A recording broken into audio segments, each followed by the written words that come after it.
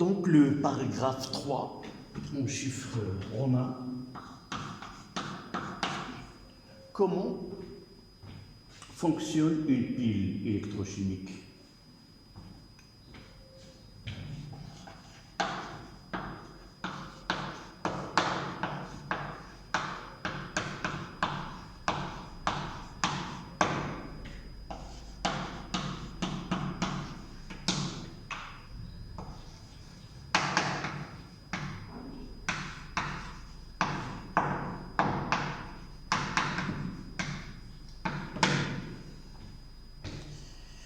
Donc, pour décrire le fonctionnement d'une pile électrochimique, on prendra comme exemple la pile de Daniel, c'est la pile zinc-cuivre. Donc, K.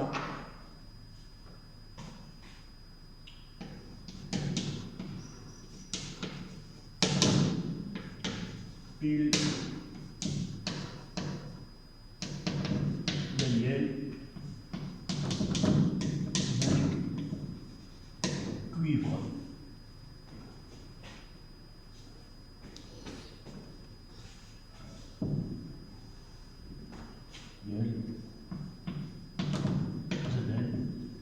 C. Évidemment, ce qu'on va dire à propos du fonctionnement de la pile, elle est le même type de fonctionnement, généralement, pour les autres types de piles électrochimiques. Pour cela, on va reprendre le schéma que nous avons déjà vu dans la partie antérieure. On va refaire le schéma de circuit comprenant la pile Daniel qui est faite au laboratoire, c'est simplifié, c'est pas avec ces deux vases, l'un en terre poreux et l'autre en verre, mais on va prendre deux compartiments séparés par un pont salin. Voilà. Donc,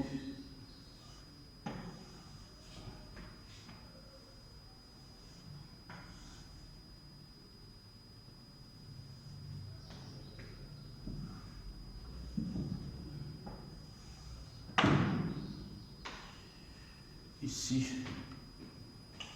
les deux reliés par un pont salin.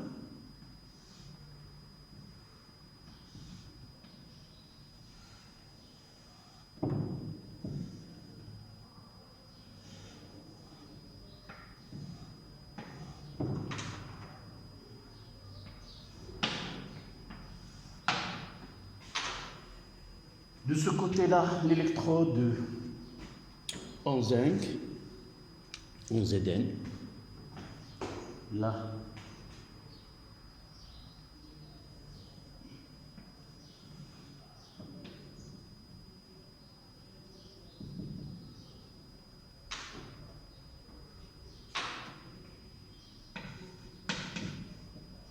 et de l'autre côté, l'électrode en cuivre.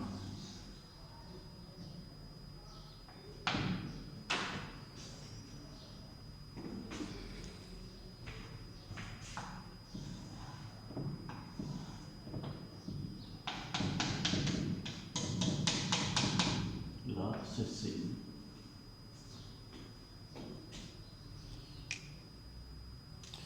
Donc, à l'extérieur de la pile,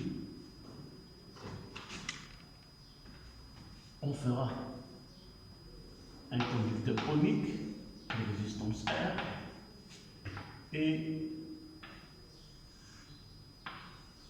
un ampère-mètre.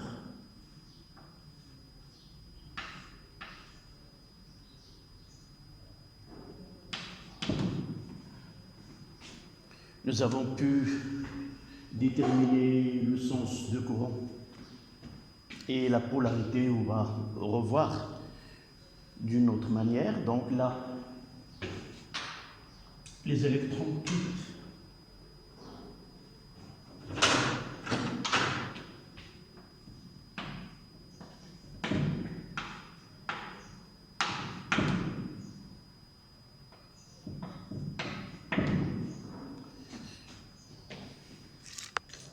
tandis que le sens de courant électrique I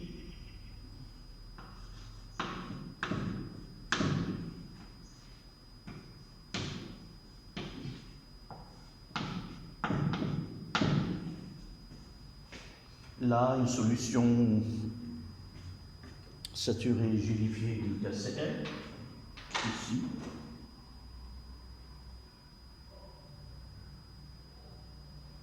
K plus Cl moins.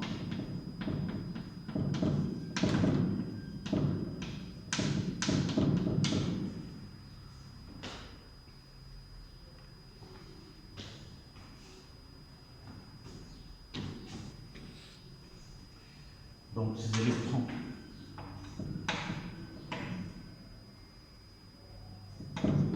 ils arrivent jusque-là. Et ces électrons naissent ici.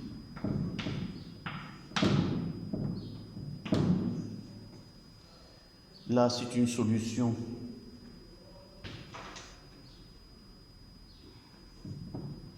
Zn2 plus SO4 moins. Et là, une solution de Cl plus SO4 moins.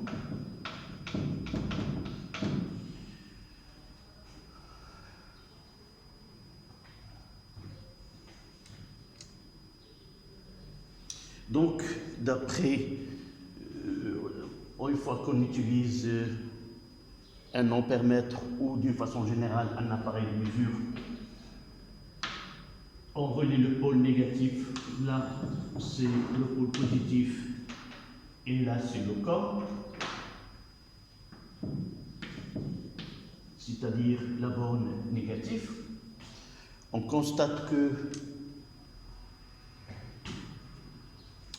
la borne, là c'est la borne négative,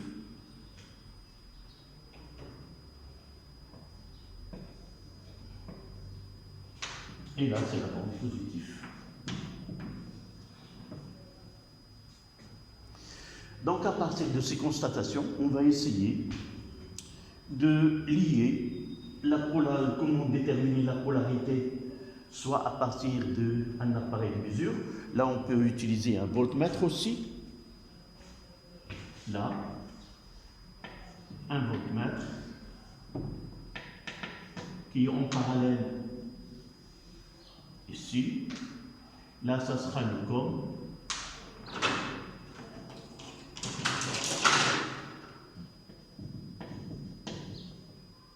Et là, la borne positive.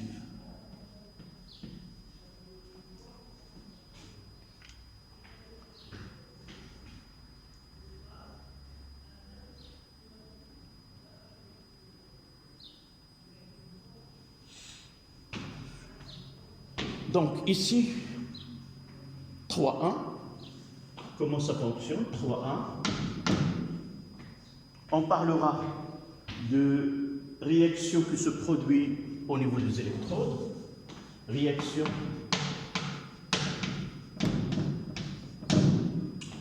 aux électrodes,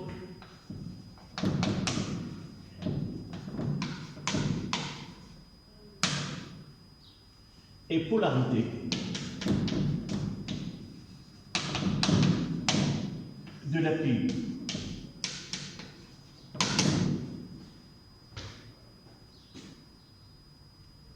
En quelque sorte, la polarité des électrodes dans ce cas-là. Donc, pratiquement dans un exercice, on vous donne des données.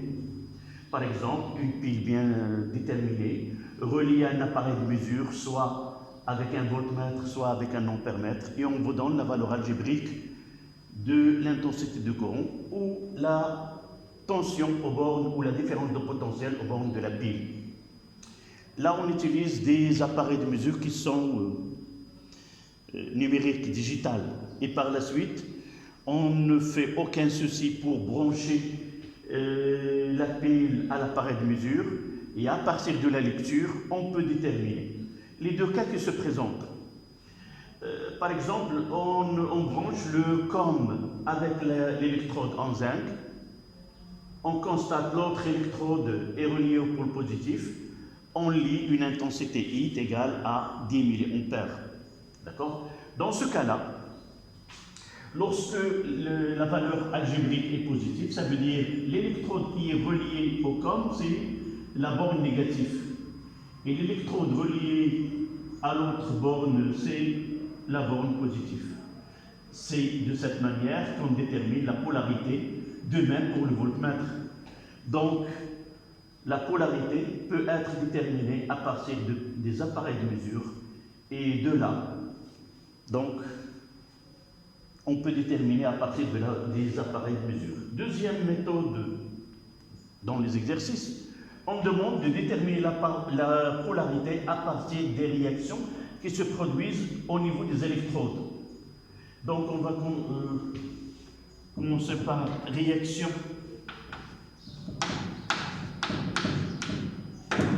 aux électrodes.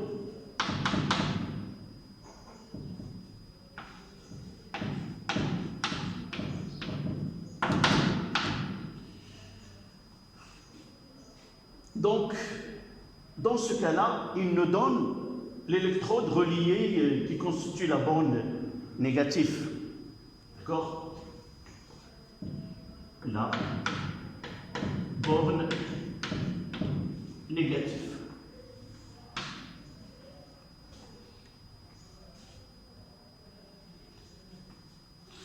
D'abord, les réactions au niveau des électrodes s'effectuent à la surface des électrodes et non pas dans la solution. Donc, pour la borne négative, c'est d'abord, lorsqu'on dit la borne négative, c'est-à-dire la borne par laquelle entre le courant dans son sens conventionnel, c'est-à-dire que les électrons partent de cette borne. Donc on peut dire par une phrase, au niveau de la borne positive, il y a production des électrons. Borne négative, production. Production des électrons. D'accord? Ça veut dire quoi? Ça veut dire que les électrons vont se trouver parmi les produits. Et de là, on va mettre là les électrons. Zn, donc il est obligé de passer de Zn à Zn de plus 2 électrons. Donc il y a production des électrons. Les électrons se trouvent parmi les produits. D'accord? Et on voit qu'il s'agit d'une oxydation. C'est une perte des électrons.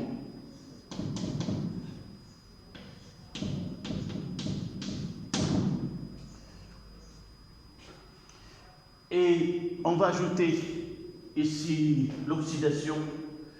Nous avons 2 électrodes, on doit les différencier, c'est-à-dire chaque électrode va porter un nom. Et le nom de chaque électrode est relié à la nature de la réaction qui se produit au niveau de celle-ci. Là, c'est une oxydation.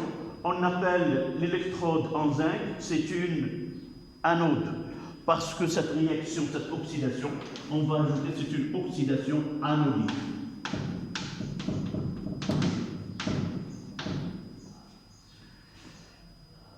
Donc, vice-versa, si nous constatons que dans une électrode donnée, la réaction qui se produit, c'est une oxydation, alors on va dire que cette électrode-là, elle s'appelle d'abord l'anode et elle constitue la borne négative.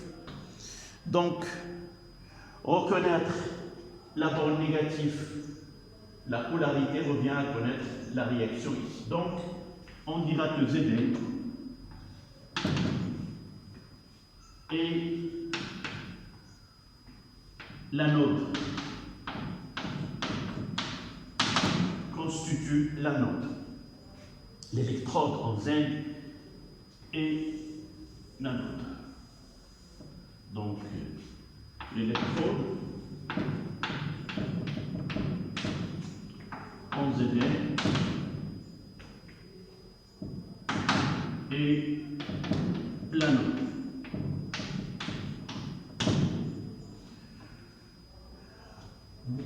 Pour la borne positive,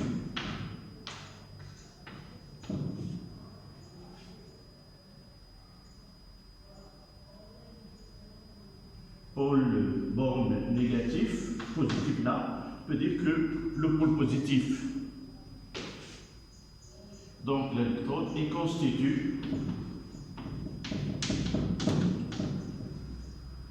constitue le pôle négatif. Je vais ajouter ici, il constitue le pôle négatif. Donc, pour déterminer la polarité, le pôle négatif de la pile, il suffit de connaître la nature de la réaction qui se produit à ce niveau-là. Pour la borne négative de l'arc positif,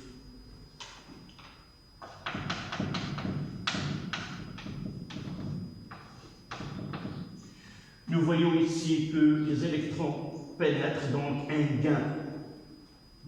un gain d'électrons.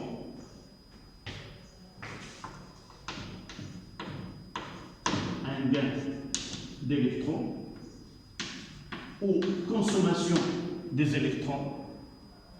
Et par la suite, on aura C de plus 2 électrons vont donner Cu, un dépôt métallique de cuivre.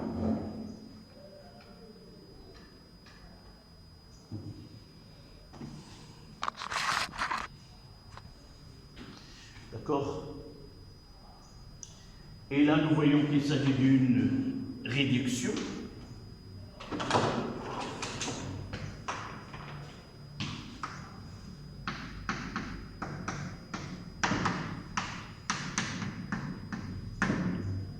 Et il va porter le nom de cathodique.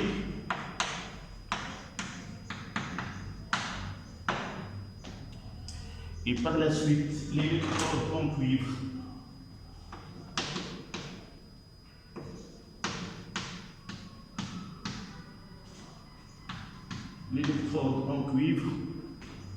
constitue la cathode. L'électrode en cuivre est la cathode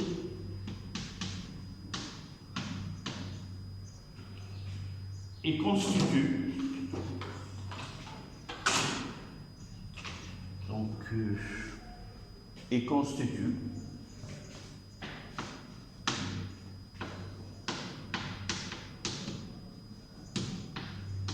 le pôle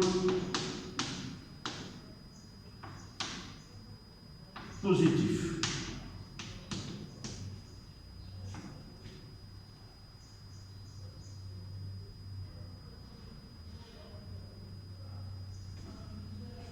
Voilà. Cette partie-là nous permet d'avoir comment peut-on déterminer la polarité des électrodes de la pile et le nom des électrodes à partir des réactions qui se produisent. Donc, si on essaie de voir maintenant l'inverse, dans certains exercices, on constate un dépôt, par exemple, pour cette pile, on constate un dépôt de cuivre au niveau de l'électrode en cuivre. Et à partir de là, on peut déterminer la nature d'abord de l'électrode et par la suite la polarité des électrodes de cette pile. Si on vous donne qu'il y a un dépôt de cuivre, ça veut dire que la réaction qui se produit ici, c'est que l'élément Cu passe de l'état ionique à l'état métallique, à l'état atomique, et par la suite, on aura Cu de plus 2 électrons dans Cu, c'est-à-dire ça représente une réduction. Et par la suite, celle-là, elle va porter le nom de la cathode, et puisqu'il se produit une réaction de réduction cathodique, ça sera le pôle positif. Donc, le pôle positif, c'est l'électrode où se produit la réduction cathodique et l'électrode est appelée cathode. Le pôle négatif de la pile, c'est là où se produit l'oxydation anodique et l'électrode est appelé anode. D'accord?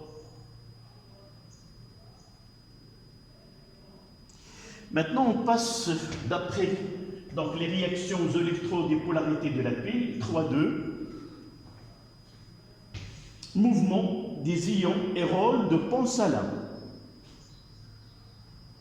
Évidemment, là, on va mettre en évidence le rôle joué par le Ponsala et évidemment, comment s'effectue le mouvement des porteurs de charge d'une façon générale. Dans ce schéma, nous avons montré que la mobilité des électrons. Donc, mouvement des ions et rôle de Ponsala. 3,2. Mouvement des ions et rôle du Ponsala.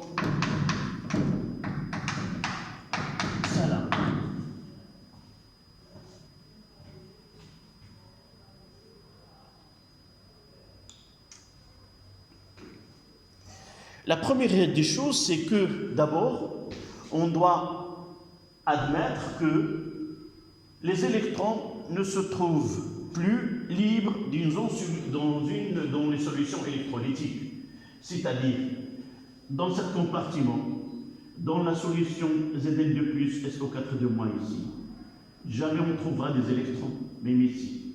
Les électrons sont les porteurs de charge qui assurent la conduction électrique dans les métaux.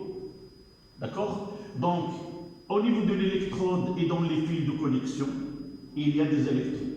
Autre partie de ce circuit, elle reste la solution de Zn2+, SO4 elle reste le Ponsala et la solution de Ce2+, SO4 Nous pouvons déterminer à partir de sens de courant. Supposons qu'on est devant ce schéma-là. Vous voyez que le courant électrique, le sens conventionnel du courant est ce sens-là, et aussi dans ce sens-là, et elle passe dans le Ponsala comme ça, et comme ça. Nous savons que le courant électrique, c'est le mouvement des porteurs de charge. Je viens de dire pour les électrons dans les fils conducteurs. Les électrons dans les fils conducteurs ou dans les métaux, leur mouvement, la circulation des électrons se fait dans le sens opposé à celui de sens conventionnel du courant. Mais dans les solutions électrolytiques, qui sont des solutions qui conduisent le courant électrique, alors dans ce cas-là, le courant électrique se manifeste par une double migration des ions. Les ions plus se déplacent dans le sens conventionnel du courant électrique, et les ions négatifs se déplacent dans le sens inverse du sens conventionnel du courant électrique. Donc le Ponsala, comme vous voyez, c'est un élément de circuit. D'abord, il assure la conduction électrique, et la conduction électrique doit être assurée par les porteurs de charge, K+ et Cl-. Donc K+ et Cl- vont assurer, et de là, on va essayer de parler du rôle du Ponsala. Donc le Ponsala, par l'intermédiaire ou par le biais de K+ et Cl-, assure la conduction dans le circuit. Ça veut dire que K+ se déplace dans ce sens-là, le sens de courant K+ dans ce sens-là, et Cl- dans le sens opposé.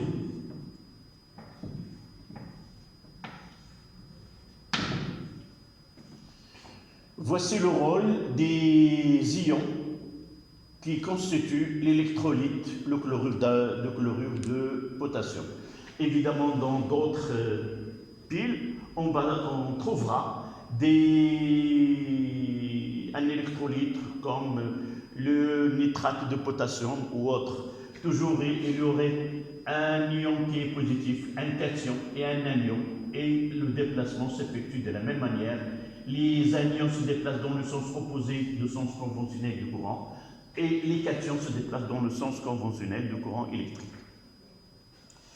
Donc, dans le schéma que vous avez devant vous, le pont salin dans les solutions, il y a à l'intérieur ici, donc le courant il est dans ce sens-là, et ici, ça sera, qu'est-ce qui va se produire à ce niveau-là?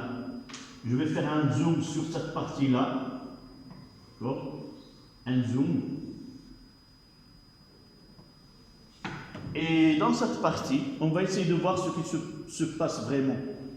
D'accord? Dans cette partie, il y a Zn. Je vais faire un schéma qui est très grand. Zn. Uniquement pour voir ce qui se passe. Donc les électrons, il va donner 2 électrons.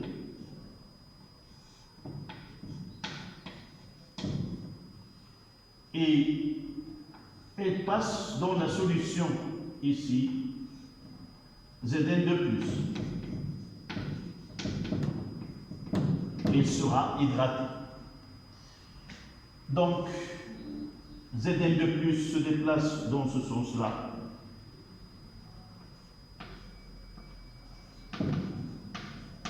En conformité avec un ion positif se déplace dans le sens conventionnel de courant électrique. Et là, il vient de Cl-.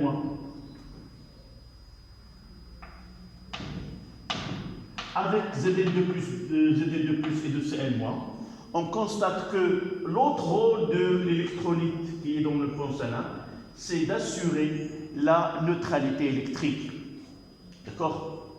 De même, de l'autre côté, si on fait un schéma agrandi et on essaie de comprendre avec simplicité au niveau de cette électrode, voilà le schéma. Donc, ces 2 électrons viennent dans le circuit et ils vont atteindre cette partie-là. Et un ion Ce2+, là, c'est Ce2+. Donc, Ce2+ se déplace. Et au niveau de l'électrode, elle va fixer, gagner 2 électrons.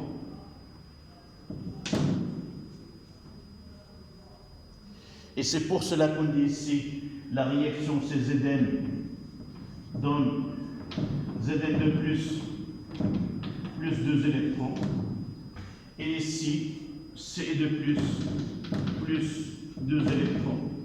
Ça donne C.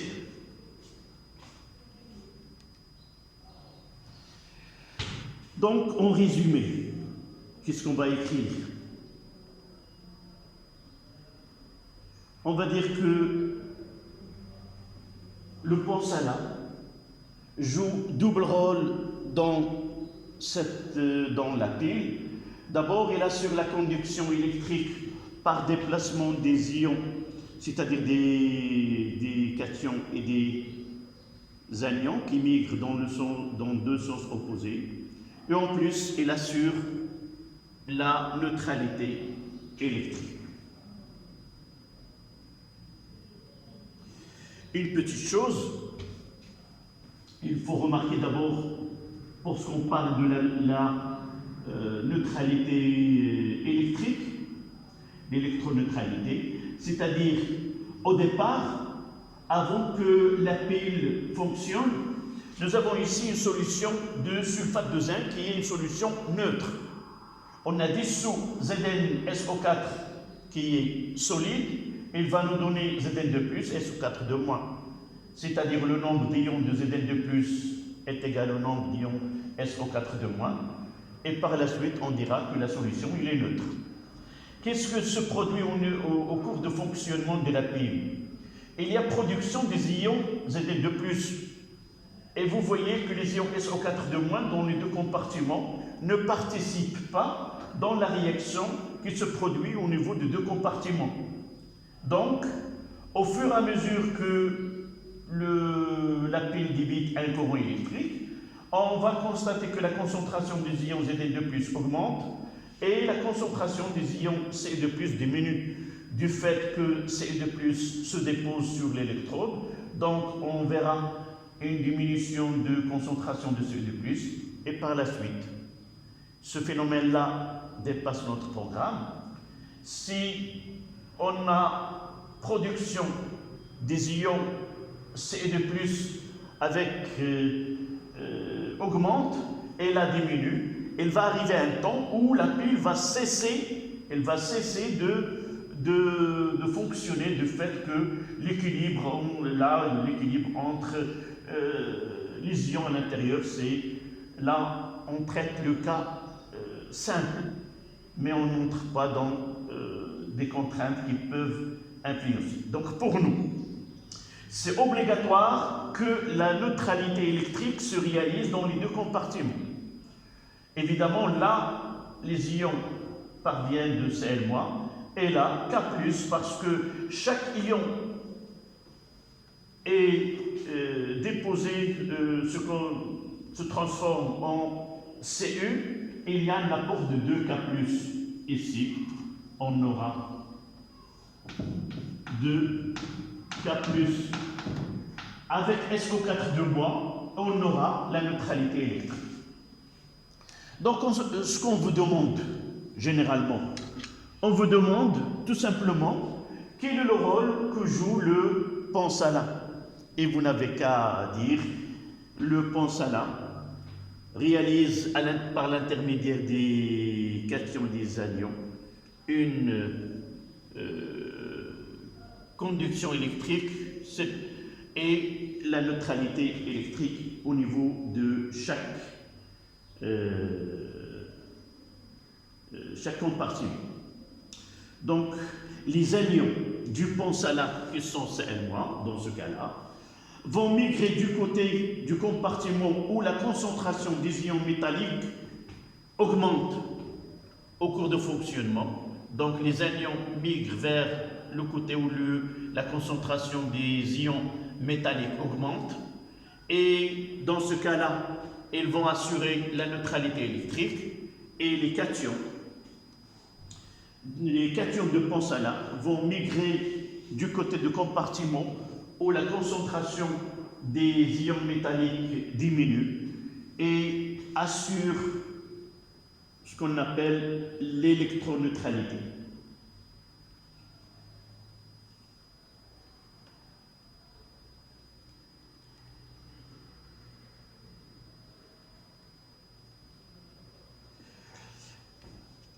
Toujours dans le mouvement, on va mettre une petite remarque concernant l'étude quantitative.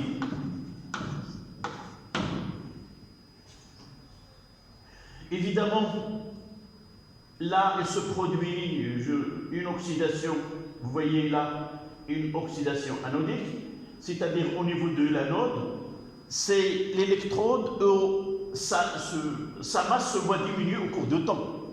Donc on peut reconnaître la polarité et le nom de l'anode ou le nom de l'électrode à partir de la variation de sa masse. Si on vous donne que l'électrode tel diminue de masse, ça veut dire que la réaction qui se produit, c'est une oxydation anodique, et par la suite, ça sera l'anode et elle est le pôle négatif de l'électrode. De l'autre côté, nous avons une pile de tel, on constate qu'au cours de fonctionnement, la masse de l'électrode augmente, ça veut dire qu'il y a un dépôt de ce métal sur l'électrode, et par la suite, dans ce cas-là, la réaction qui se produit, c'est une réduction cathodique, et l'électrode portera le nom de cathode. Elle reste là pour mémoriser, c'est que l'oxydation anodique, donc on associe l'anode à l'oxydation. Les deux termes commencent par une voyelle, oxydation, anode, et la réduction, c'est cathode, les deux commencent par une consonne. Donc dans la remarque, on dira que la masse de l'électrode diminue à l'anode, la masse de l'électrode diminue au cours du temps et la concentration des ions Mn, des ions métalliques augmente à l'anode, la masse de l'électrode diminue au cours du temps et la concentration des ions métalliques augmente au cours du temps. Dans la même remarque, à la cathode, ici, la masse de l'électrode augmente au cours du temps et la concentration en ions métalliques diminue.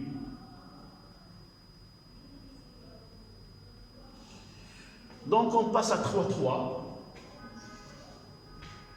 Schéma conventionnel d'une pile électrochimique. 3.3.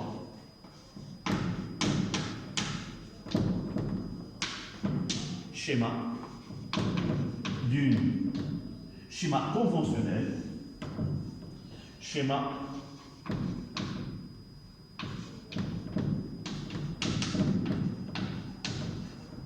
d'une pile. Évidemment, nous ne traitons que les piles électrochimiques d'une pile.